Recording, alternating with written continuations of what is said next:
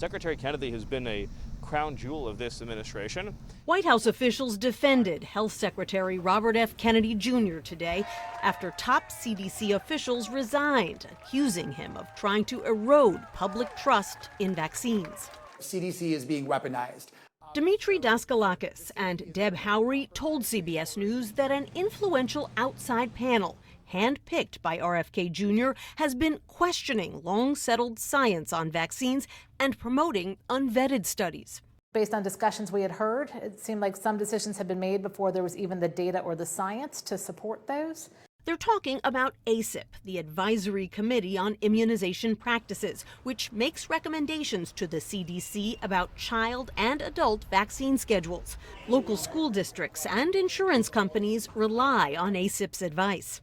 Back in June, RFK Jr. dismissed all 17 of ACIP's outside experts and replaced them with 7 new members, at least 4 of whom have expressed some skepticism about vaccines.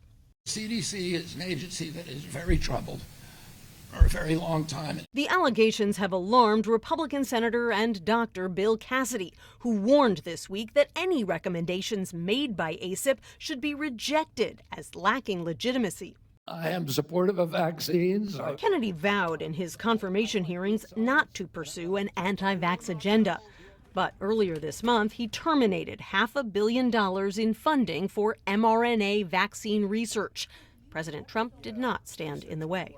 He's saying that the risks outweigh the benefits, which puts him at odds with the entire medical community and with you. What is going on? Well, we're going to look at that. We're talking about it, and they're doing a very good job. CDC sources say the agency's director, Susan Monares, was fired this week after refusing to sign off on vaccine policy changes. That sounds to me like the end of science without ideology, and that for me was my line.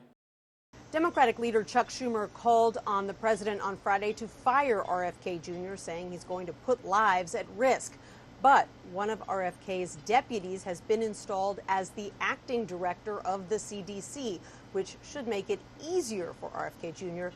to make the changes he's been seeking. Nancy Cordes, CBS News, the White House.